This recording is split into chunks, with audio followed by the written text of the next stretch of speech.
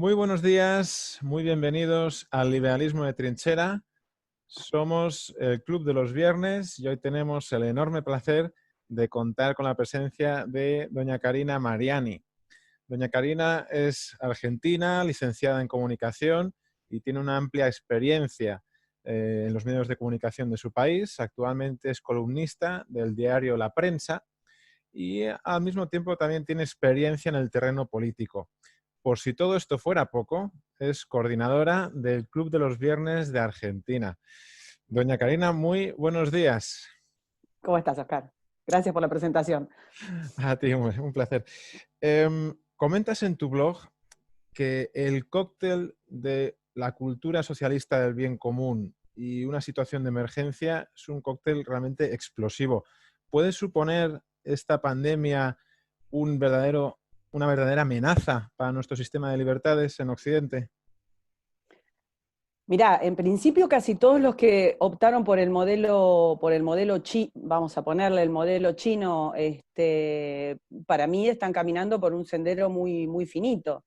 Eh, Vos tenés la restricción de las libertades de circulación propias de la cuarentena, que debería ser algo muy acotado, algo en lo que los gobiernos no deberían sentirse cómodos, Mm. y que tiene que ver con una cuestión de salud precisa. Y después tenés la deriva del cierre de libertades individuales que no tienen que ver con eso.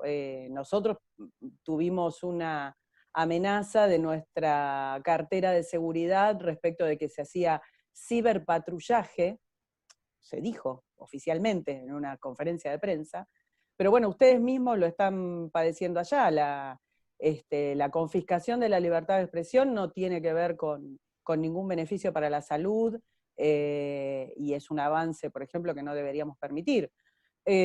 Nosotros acá en Argentina hemos tenido, por ejemplo, confiscaciones de mercadería, de negocios a la calle, de un minorista. No estamos hablando de las grandes empresas, de los formadores de precios y estas pavadas de la propiedad de un señor que tiene un negocio porque el precio que ponían para X cosa no le gustaba al gobierno, y le han sacado la mercadería a su propiedad para distribuirla, de parte del gobierno. Así que me parece que sí, que es un cóctel explosivo, Claro. es peligroso. ¿Cómo valoras en general la gestión política, bueno, tanto en particular con esta situación como en general de vuestro presidente Alberto Fernández? Bueno, a mí no me gusta el kirchnerismo, no me gustó, digamos, la gestión de Cristina Fernández y de Néstor Kirchner. Eh, Tiene un corte intervencionista del Estado que me parece peligroso y con el que no concuerdo, y que terminó muy mal con la economía y además generando en la sociedad un enfrentamiento muy propio del pensamiento socialista, del enemigo, de hacerse ese hombre de paja que es el culpable de todos tus males, un resentimiento muy grande.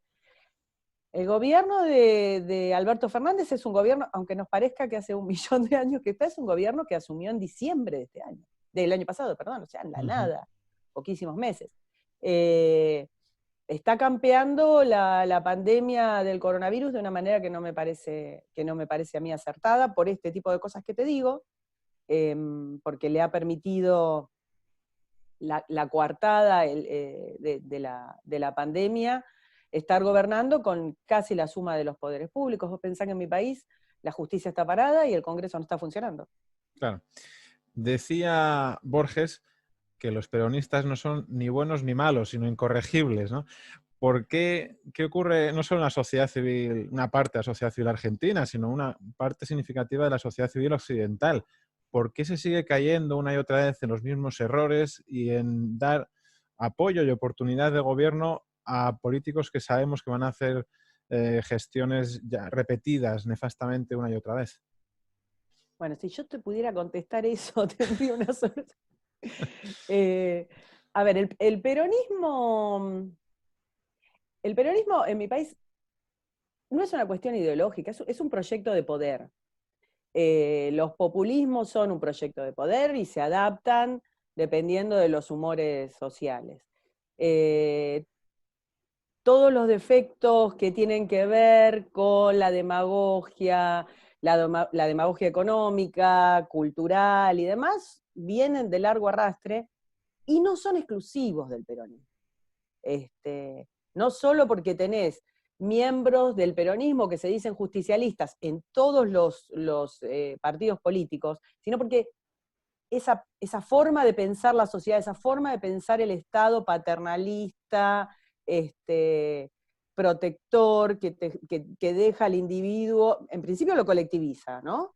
Y además lo deja en una situación de poca iniciativa personal. Todo es algo que te tiene que dar el Estado y demás. No es exclusivo del peronismo de mi país, ni creo que sea exclusivo de los populismos en el resto de América, de la América hispana, ¿no? Vos vas a ver que eso se repite en muchos modelos, en muchos espacios. Yo creo que tiene que ver con una cuestión, bueno, meramente cultural, en principio, metida en la educación desde muy chiquitos, todas las instancias educativas de mi país, pero me parece que del resto del mundo.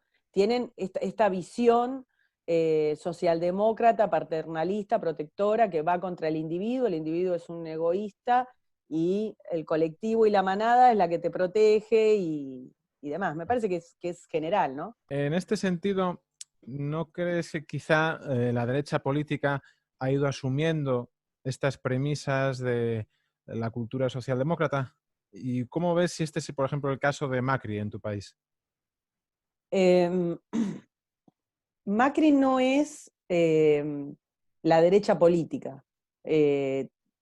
Macri está más a la derecha del kirchnerismo, esto es claro. El kirchnerismo además, hacia los últimos años del periodo anterior, se fue corriendo hacia un chavismo casi de manual, pero en ese sentido no se puede decir que Macri hubiera tenido premisas liberales. Macri repitió en muchos casos el esquema del Estado presente. Cuando te digo Estado presente, no te digo como una cuestión de análisis político, sino que él tenía este tema de relato propagandístico en el Estado presente, así que amplió el intervencionismo estatal, el tema de la carga tributaria que tenemos los argentinos, que creo que somos récord,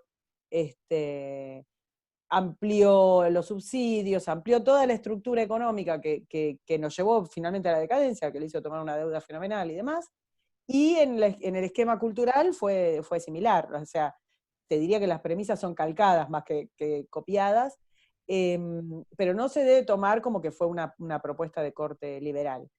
Sí tuvo un mejoramiento en la cuestión institucional, desde luego. O sea, la deriva kirchnerista era de enormes casos de corrupción y de una decadencia de los valores institucionales muy grandes. Entonces, en ese sentido, sí, mejoró. Pero sí tenés razón que las cuestiones de las libertades individuales, del respeto a la propiedad y demás, casi no quedan espectros políticos que las estén levantando. ¿Ve usted en este contexto posible o incluso necesario una alianza entre el espectro liberal y el conservador? Es fundamental, pero fundamental. Es necesario. Tengo la impresión en Argentina, pero me parece que también es en el mundo, que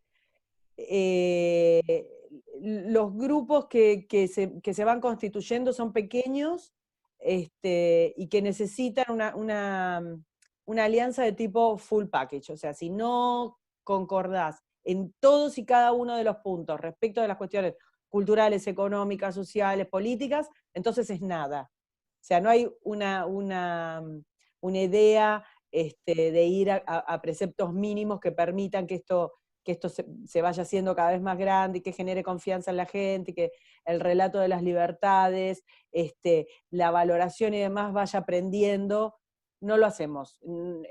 Por lo menos en lo que se refiere a Argentina, lo que ha pasado hasta ahora es que Si no tenés una concordancia absoluta, bueno, pues no. Entonces tenés pequeños grupos por todos lados, eso no. No hay manera, menos en una estructura como la nuestra, con partidos anquilosados en todos los espacios del Estado, ¿no? En los poderes judicial, en los organismos de control, en los organismos de educación, o sea, si no hay una unidad es imbatible, es un gigante muy difícil de vencer. Claro. Así que sí, me parece fundamental. ¿Nos podrías hablar de tu propia experiencia personal en el terreno político en Argentina? Mira, en Argentina nosotros hicimos el año pasado un intento por llevar a Darío Loperfido, que es un político liberal muy, muy interesante, muy serio en Argentina, que estaba, que luchó durante mucho tiempo y fue muy maltratado por las estructuras políticas, por sus ideas. Pero bueno, ese intento, no quisiera decirte que fracasó, fue una primera aproximación. Hay muchas agrupaciones que están tratando de llevar políticos liberales y conservadores a espacios de decisión y espacios legislativos. Lo que a nosotros nos pasó precisamente fue que el sistema de partidos en Argentina es un sistema que se sostiene con dinero del Estado. Esta locura, este sinsentido de que los partidos obtengan el dinero del Estado en lugar de la financiación de sus afiliados o de contribuciones externas, sino que obtengan dinero de cada voto, y que las boletas las pague el Estado y que la propaganda la pague el Estado. Bueno, hace que se convierta el sistema de partidos en un negocio y es muy difícil entonces conformar un partido político nuevo. Pero bueno, lo que tenés en este momento en Argentina son muchos grupos con muchos intentos de tratar de unirse y de consensuar y de llevar una lista unificada para ver si las ideas de la libertad y ponerle un coto a esta locura impositiva que estamos viviendo y que es el fin de la economía del sector privado, ¿no? Claro. Así que ojalá. Ojalá, por supuesto. En España, antes de la crisis del COVID-19, tuvimos una serie de hechos absolutamente escandalosos en nuestro gobierno, como fue el evento en la Embajada de Bolivia, luego la posterior llegada de Delcy Rodríguez al aeropuerto español, donde tenía en principio prohibida la entrada. ¿Es posible que España, bajo el gobierno de Sánchez, esté dando una imagen de colaborador, de socio de el grupo del Foro de Sao Paulo? A ver, en Argentina no tuvo la enorme trascendencia que debiera haber tenido, sobre todo porque nosotros tenemos un caso paralelo, en una escala menor, pero solo tiene que ver con las circunstancias del accidente, o sea, lo de Delcy se descubrió un error de laboratorio, y a nosotros nos pasó lo mismo hace unos años durante una de las campañas de Cristina Kirchner, con un venezolano también que trajo una valija que se descubrió de casualidad, esa valija se descubrió de casualidad, que venía a financiar la campaña, como finalmente el arrepentido, que era Antonio E. Wilson, declaró en Estados Unidos, que ese dinero era dinero del chavismo para financiar la campaña.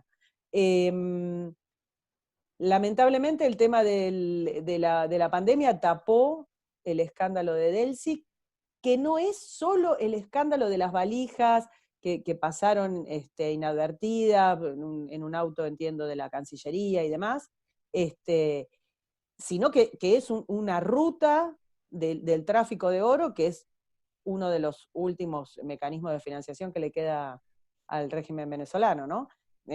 A ver, ahí tenés dinero que posiblemente vaya o habría o iría a financiar la propaganda chavista en España y posiblemente en el resto de Europa, pero también tenés el tráfico del oro y lo que quizás sea el salvoconducto de la dictadura si finalmente cae. Así que era un escándalo mayúsculo. Sí, lamentablemente se tapó. Yo no sé si Sánchez está quedando tan así, por lo menos hacia afuera. Sí es claro, por el escándalo de la embajada en Bolivia y demás, el tema de Iglesias, ¿no? Que es más famoso, digamos, en su conexión con el chavismo y con la financiación que obtuvo de las dictaduras hispanoamericanas para su campaña. No sé si ahí quedó totalmente tapado. Aquí digamos que sí, mediáticamente ahora lo que nos ofrecen los medios es, bueno, imágenes de ancianos que por suerte van recuperándose y las mentiras y los bulos que nos cuentan nuestros políticos. Eso es todo lo que nos ofrecen. Por supuesto, todas esas historias de Bolivia han quedado absolutamente sepultadas, por desgracia. Sí, sí, sí, por supuesto. Bueno, Sí, por sí. finalizar, ¿nos podrías comentar cómo fue pues, la génesis y el desarrollo del Club de los Viernes en Argentina? Eh, Mira, nosotros empezamos hace unos cuantos años. Yo ingresé después, pero siempre tuvimos la idea de generar actividades y desarrollar actividades que fueran de corte popular. Queremos hacer un liberalismo que llegue a la calle, que lleve la idea del liberalismo no una cuestión económica, sino del valor de las ideas liberales, del valor de la propiedad, del valor de la decisión individual.